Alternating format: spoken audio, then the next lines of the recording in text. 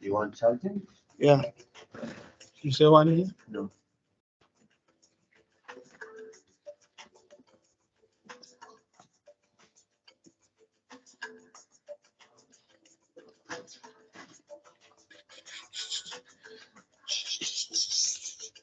No charging.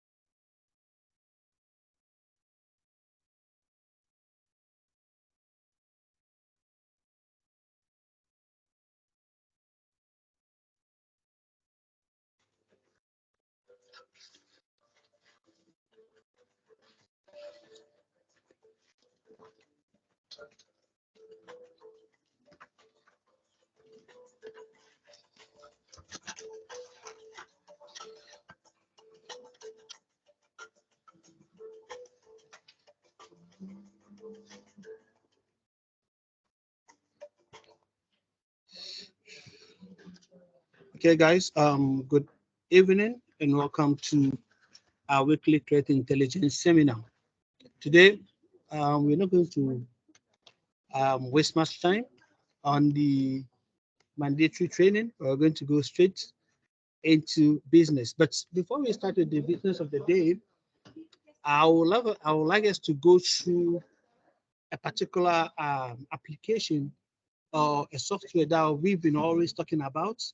That is, we always complain about we having a good cyber hygiene, in that we expect that every single patch should be applied in time, and we also expect that every single software has to be updated. We also have to ensure that we have a good and a stronger password. So the problem lies on the password. So always say everyone should have a password. The generation of the password isn't the problem, but how to remember that password, how to be able to keep different passwords in your head, because we also advise that anytime you have a new account, that account has to be accompanied with a unique password. So if you have like 1,000 accounts, thousand, applications that you work with, how can you going to how are you going to keep all those 1,000 passwords in your head? So that is a difficult task. So in doing so, we try to find a solution on how we can keep our passwords. So that's why we um, are fortunate to have a software, a particular application that is free, that we can use to keep all our passwords in there. So that is a password, the KeePass password management tool. So today, before we start with the business of the day, we are just going to take a little time and go through KeePass and how to kind of keep our passwords on KeePass. So that is what you are going to start with before we come back and then go with the topic of the day. So with your permission, I'll start sharing my screen, and then we'll be able to go through a little hands-on how to use KeePass to save our or to keep our passwords. So thank you very much once again, guys, for joining. And it's me, your regular resource person for this program. That's TIS. My name is Shafiu Abubakar, and let's just go. So KeePass, first you have to download it. So when you want to download KeePass, you can open your browser.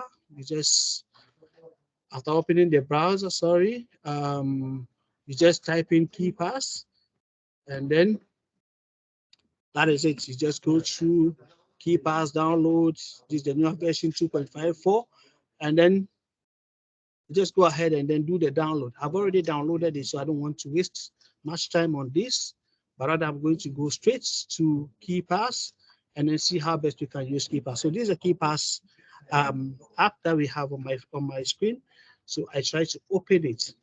So you can see that I've already generated a master password that I used to open this KeePass, but for the sake of this class, I'm going to ignore this and then open a new one. So when I do that, I'm going to open a new database for this.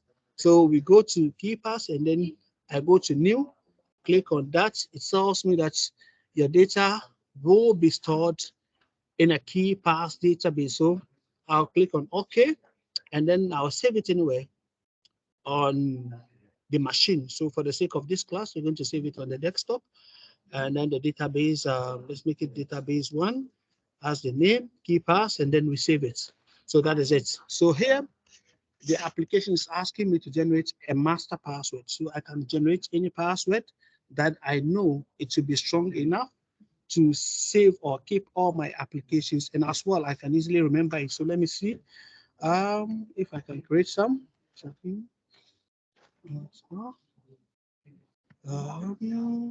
Okay, let me do this.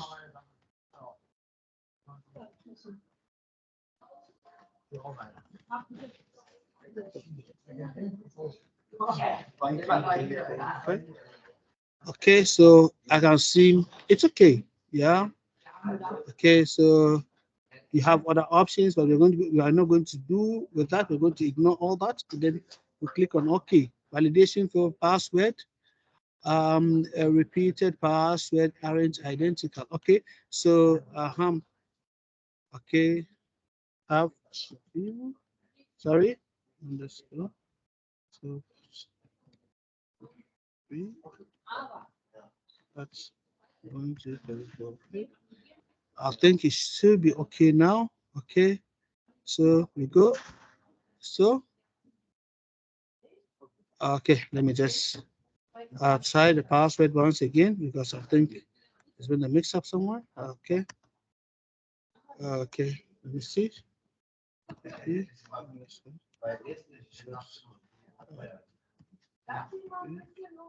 Let's go to- Okay. Let me see this time how it should work. Okay.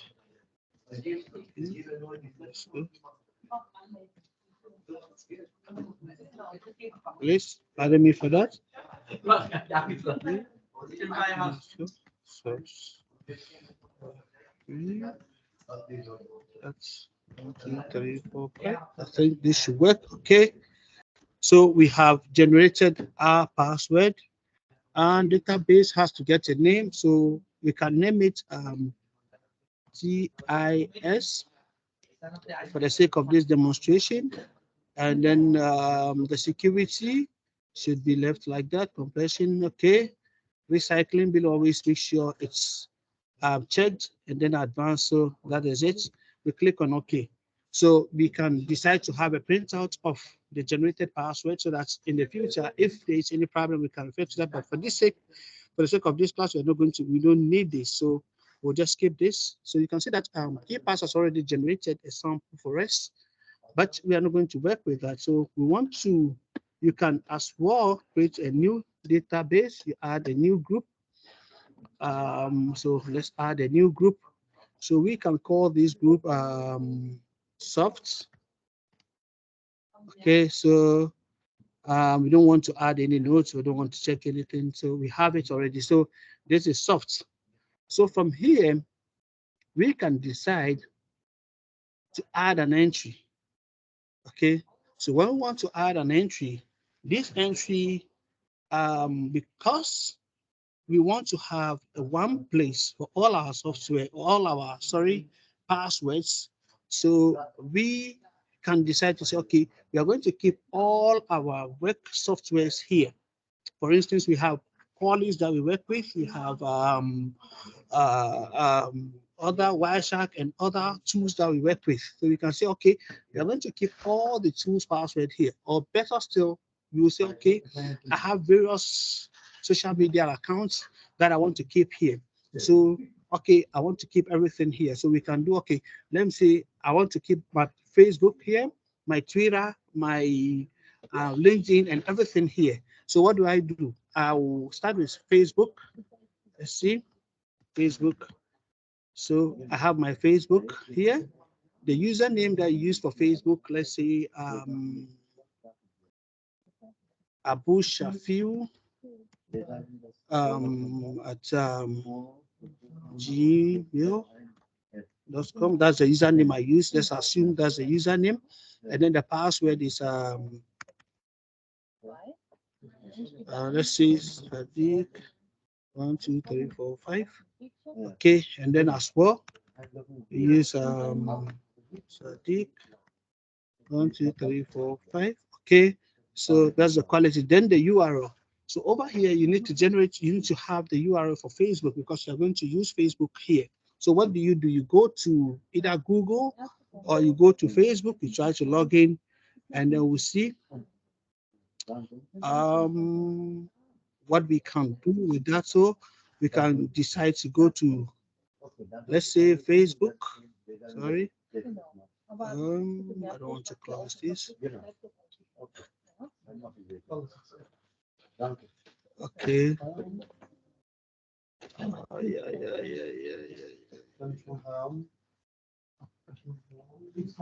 Okay, let me see if we can come here. We go to Facebook. Okay, we just want to copy the URL. So Facebook, we try to see where you can get to fix your name. So you can see that we have facebook.com here. So you can copy this as the address. You copy it, and then we come back to our KeePass, and then we paste it there. So so from here you can add a note, Facebook login or something of that sort. Facebook login, okay, that's your notes. and then you go to OK. So as soon as you click on OK, you can see that we have our Facebook URL as well as the address, and then the password and everything being saved here. So the same thing, you can add another entry. You can add as many entries as you want.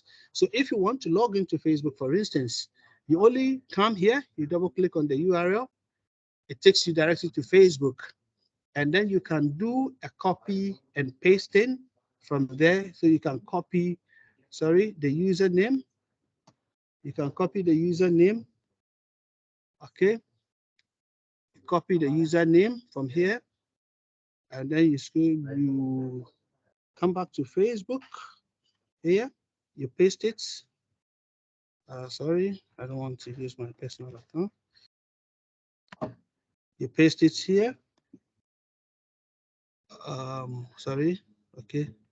Let's see. Why is it not pasting? Okay. So you can come to Facebook. No, that's not what I want. Let me go back and copy it again. Okay. So the username, you copy the username. Okay. Okay. It is copied. And then we come back to Facebook. Let's see if you can paste it there.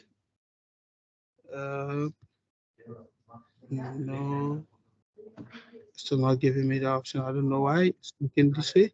Okay, let's go back. And then we copy the username and see. I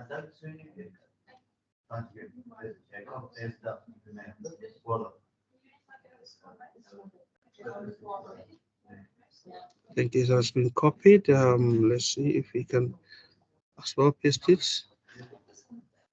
It's giving me another option, so it's not giving me a paste option. Okay, so let me try another option and see by placing the cursor here and do autofill and see if we can get that one. Sorry. If I'm auto typing.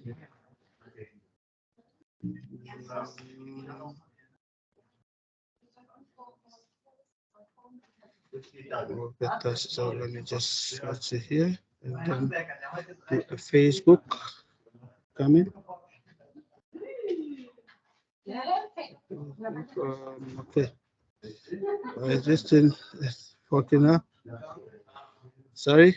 Okay, so you go to the URL, double click. We have a Facebook here. Let's see if we can. Let's copy the password. Yeah. Please, there's somebody at the gate. Can you allow the person in? Thank you. Okay, let me come. Okay.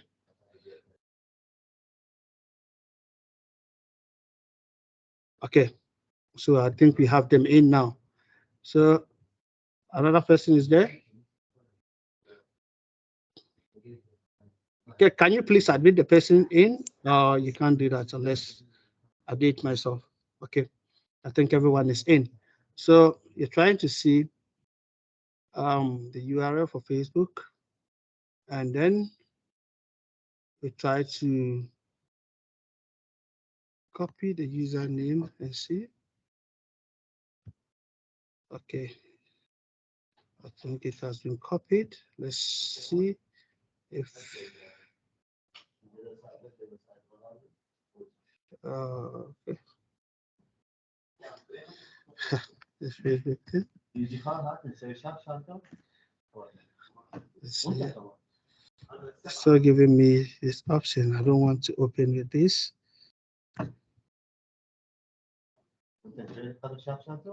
The whole thing is solely familiar with me. That is why it's not working. I don't know why. Okay.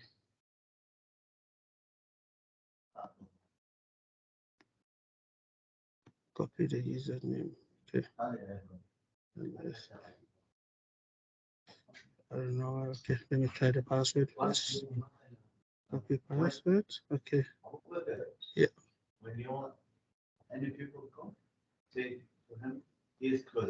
Okay. All right. So I think the password will do. But here, no. What is happening? I think something is wrong somewhere. So what I'm trying to say, what I'm trying to demonstrate is that when you come to Facebook, for instance, double click on it, you have the URL already, and then you can have the password and the username. So this is the username. This is the username, that's Abu Shafiu. You can copy it from here. You copy the username. It's copying, but something is wrong somewhere. So what you do is you come to Facebook and then you can paste it there and you are good to go. As soon as you open that, that is what you're supposed to do. You don't want to waste much time on this. So you paste it on Facebook here, but it's not giving me that option. So that is basically what you're supposed to do in keeping all your password under one umbrella. So KeePass just give you the option. You can add as many um, entries as you want. You can add Facebook, you can add Twitter from here. You can add all of them here. And then whenever you need to open particular um, any particular site, you only have to come here, you double click on the user on the URL, and then it brings you to the page, and then you fill in with all the credentials, and then you are good to go without having to type in any new thing again. So let's move quickly to the order of the day. Maybe later we'll come back to this demonstration again, and then we'll do justice to that. So today we are going to do something on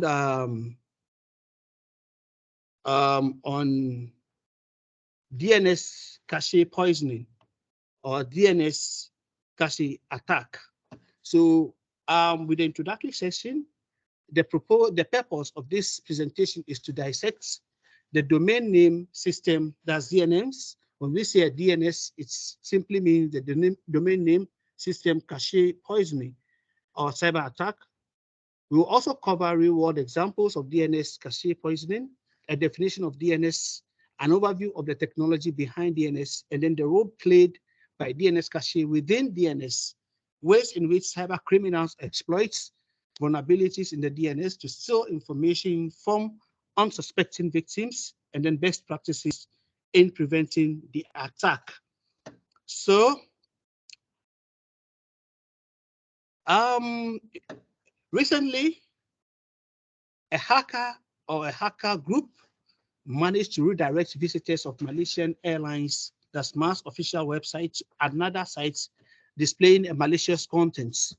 MAS denied that their system had been hacked and claimed that their web servers were intact despite news reports indicating it was a hacking incident. So MAS was right. Their own hardware servers were not actually hacked. Instead, they had fallen victims to a hack attack that indirectly affected them. So this attack is known as DNS cache poisoning. The attackers or the cyber criminals abuse the cache or the cached IP address in the DNS server to redirect their website's visitors to a completely different web page. So in 2022, a major DNS cache poisoning attack compromised Amazon's DNS server, redirecting users to malicious websites. A large-scale attack on ISP, Internet Service Provider in Brazil, rerouted traffic from popular sites including Google, Gmail, and Hotmail to a web page that installed malicious Java applets. Another one, also this way back in 2009, hackers redirect traffic from Twitter to their own websites. July 2008, a major DNS cache poisoning attack on AT&T DNS servers. Many websites became unavailable to millions of web users. So this tells you how dangerous this form of an attack is. People might think that your system or your server or your system has been hacked, but that isn't the case. This is a situation whereby a hacker use a different strategy in trying to fix something in how do you call it, in your DNS, to try to bring in something to try to manipulate how the smooth flow of communication within the system is concerned. So they try to spoof the IP address that um, works with the DNS and what have you. So domain name system communications protocol, part of the TCP IP suits a critical building block of the internet. Web browsers, email services, and social network rely 24/7 on its availability. However, it is also a critical attack vector, perhaps the most overlooked internet service in terms of cybersecurity. DNS is like the internet's vast directory. When human users want to access a particular website, they enter the website's URL domain name in their browser window. For example, http www.subtraffic.com or www.techtarget.com says security and DNS then translate the human-friendly domain names into a machine-friendly IP address. So when you type in your domain name, like you want to access a particular site, you type the name of the site like www.google.com. The computer doesn't understand google.com. The only thing that the system understands is the IP address. So it tries to, dilute, it tries to break it down to a code, a number that is IP address, that is IPv4 or IPv6, depending. That's 192 or 142.192.137. Depending on how the IP is. So when it generates that IP address, that is what is used to communicate with the server. So these IP addresses are unique for each device connected to the internet. DNS caching is a simple caching occurs when the resolver temporarily saves responses to IP address queries in a cache. So caching enables the ADNS resolver to respond to future queries faster and improve performance without having to communicate with the multiple servers involved in DNS resolution processes. Usually, DNS data can be cached in different locations from a fixed time frame known as time to live. So this tells you the DNS is nothing but the DNS cache is nothing but it's the kind of system that hackers use to be able to manipulate, to change the IP address that is being generated by the DNS resolver. Okay, the resolver saves that, temporarily save the IP address that is being generated. So whenever you want to visit a particular site and you type in the name of the site, because there is someone who has manipulated the IP address, so instead of it taking you to a site where you want to go, it redirects you to a manipulated or a malicious site, thereby infecting you with malwares and what have you. So how it works: a DNS cache becomes poisoned or polluted when an unauthorized domain names or IP addresses are inserted into it. Okay, the corruption of the DNS cache can be achieved either by computer malware or network attacks that insert invalid DNS entries into the cache. So just a quick reminder, when a user tries to browse to a website, the computer queries its local DNS cache for the IP address. If the DNS cache has a copy of that record, it replies. If not, it queries an upstream DNS server, relays the results back to the end user, and then the cache then for the next time. Okay, how it occurs. Attackers have devised a ways to spoof DNS responses, to forward DNS responses that looks as if they are coming from a legitimate DNS server. If an attacker successfully spoofs a DNS response, it can make the receiving DNS server cached a poison record. But how? How does that help the attackers? By being redirected to a wrong destination, we may end up suffering from a phishing attack, which is the ultimate goal of this type of man-in-the-middle attack. So when you take a phishing attack, for instance, all that we know is that a message is being sent to you with a link attached to that message. All that the attacker wants you to do is to click on the link, so that that link will take you to a site that you don't intend to go. Okay, the same applies to this DNS cache.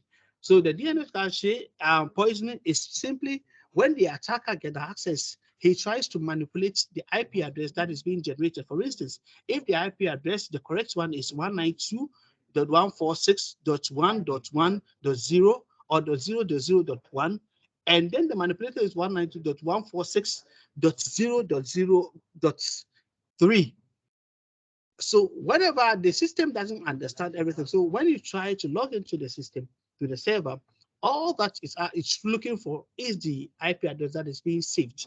So as soon as it's gets that manipulated IP address, it automatically sends you to that particular link. For instance, you want to access the website for South Africa, and then it takes you to a different website that is not South Africa, that has a malicious, malware,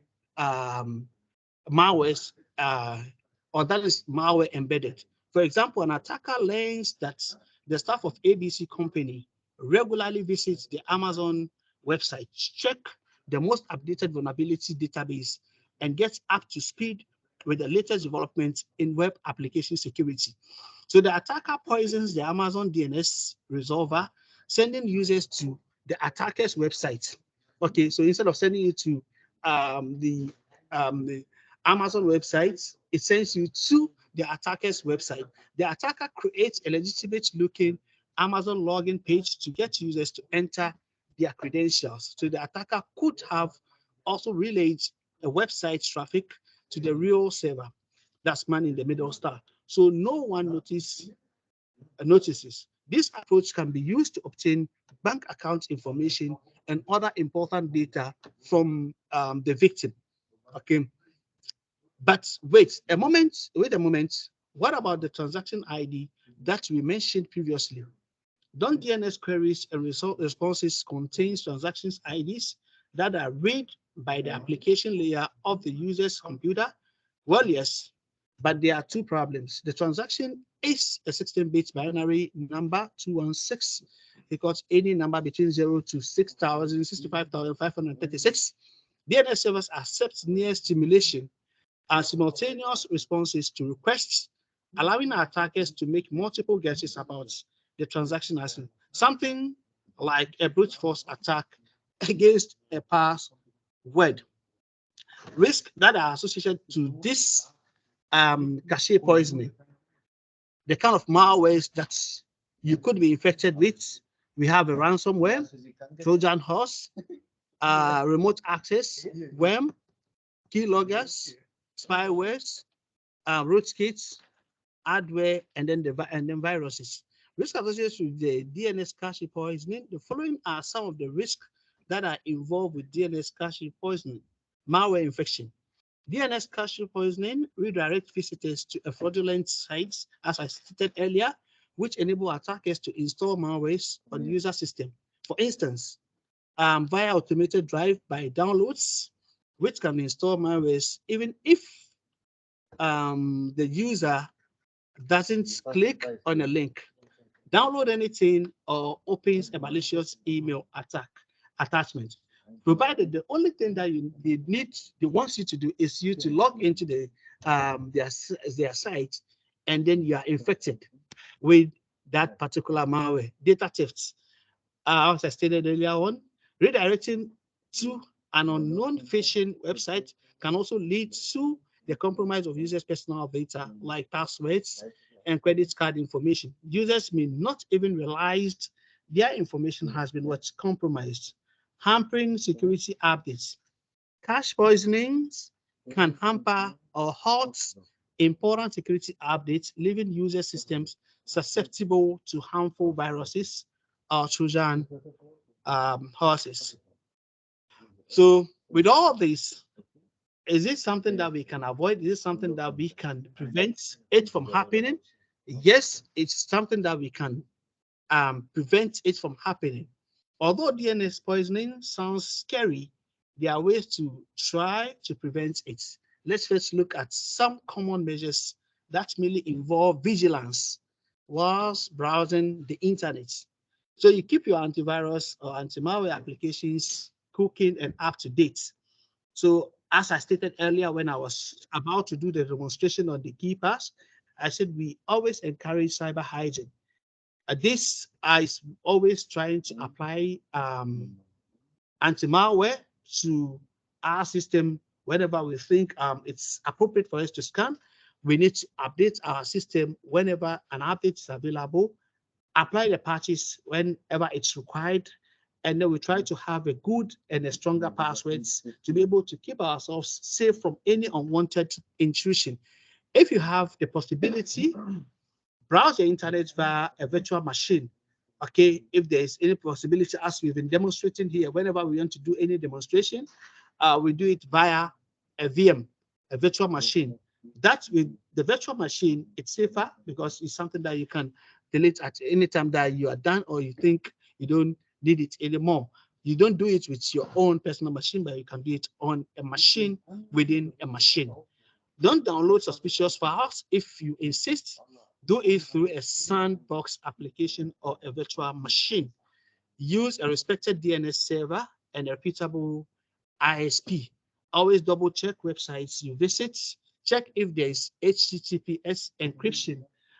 And then flash computers DNS cache as well as DNS cache stored in the router. Okay, so your DNS cache, you always have to flash it as and when it's needed. Additional long-term prevention measures include the virtual private network VPN. So we always say whenever you are connected to the internet via the VPN, you are protected and the level of anonymity is also high because you can decide to change your locations and what have you. A service that encrypts all the internet traffic going to and from a device and routes it through an intermediary server in a location of the user's choosing. Encrypted DNS apps that encrypt DNS traffic between the user and an open DNS name server, similar to how SSL encryption traffic to websites that use HTTPS. Security mechanisms developed for DNS server operators, UDP, source port randomization, UDP SPR. What this does is setting the UDP source ports randomly so an attacker will have to guess both the transaction ID and the source ports in a short time window, which is usually not feasible since they would need to make a 232 combinations. DNS security extension, that's DNSSEC. It is a protocol designed to create a unique cryptographic signature and store it alongside other DNS records. Thus, the DNSSEC provide the DNS with an additional method of verification by digitally signing the DNS information. So this is done on all level of the DNS resolution processes. So I think this will bring us to the end of this presentation, and we're coming back to the house to interact with our brothers here. If anyone has anything, if anyone doesn't understand anything that he needs me to go over it again, I can do that. And if you have any question or any suggestion as well, you can bring it on so that we'll just deal with it. Sorry for the keypass. It was giving me headache, but I'll just resolve it as we're talking and then I'll demonstrate it well for you to see. But I know all of you guys here know how to use keypass, so I was just demonstrating. I thought we have new people here, so I could take them through so that they also understand how a keypass works and why we use keypass. So thank you very much. If you have anything, you can bring it on. Thank you. Okay.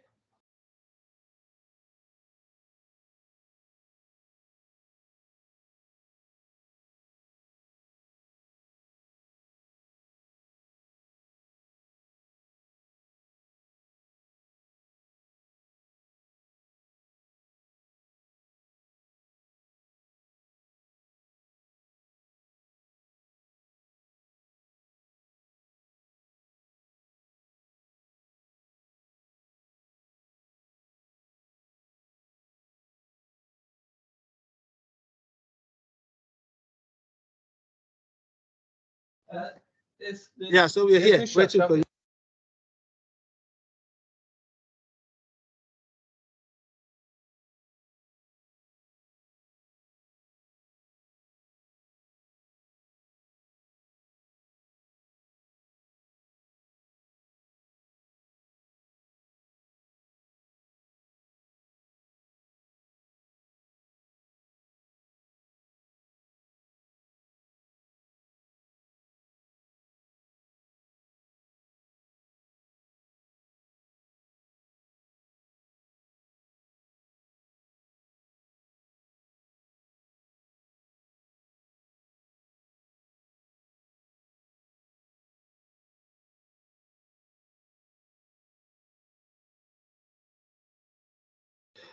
Yeah, so we can as well look at the key pass. I think it's working now.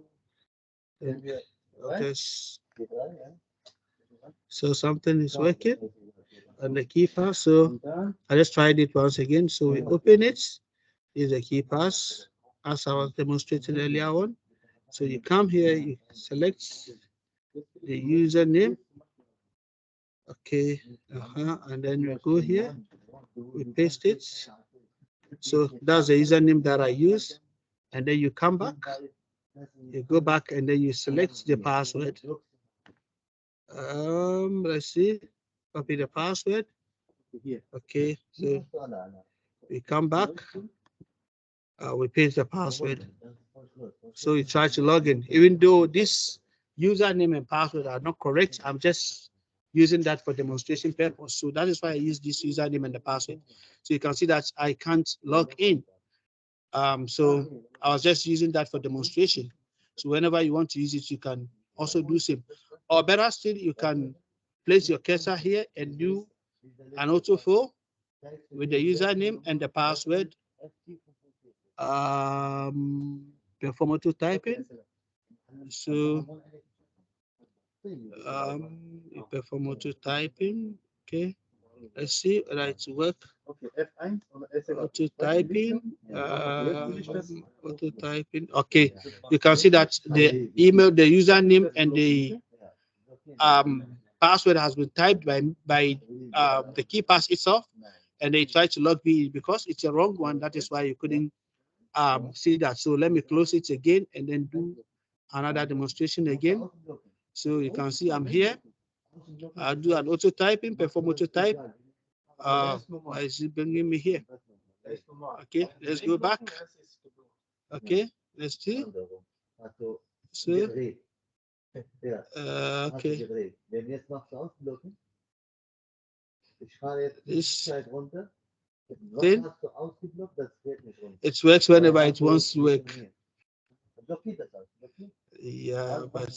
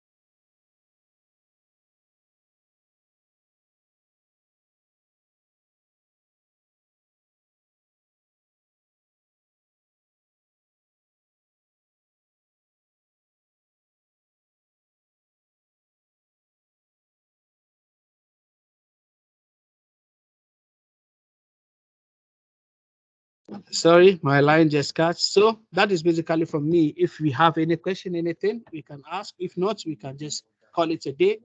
And then next week, we expect a presentation from Agnes, and then the week that follows, Michael, and as well as Daniela, and then we'll move from there. So from me here, I say thank you very much for joining. And Madam Janet, if you have anything, you can just come in, and then we can. Yes, I feel. Thank you so much for today's rendition. I'd love to especially all our first-time attendees or guests. We are happy to have you here. We are Soft Afrique, a leading IT security firm. We currently run a 4-month cybersecurity course, and the enrollment is every month. And so if you are looking into venturing into cybersecurity, Soft Afrique is your best option. This session happens every Wednesday, same time. And so we want to see you more and more and invite friends as well. Thank you so much. Enjoy the rest of your day. Thank you. Bye-bye.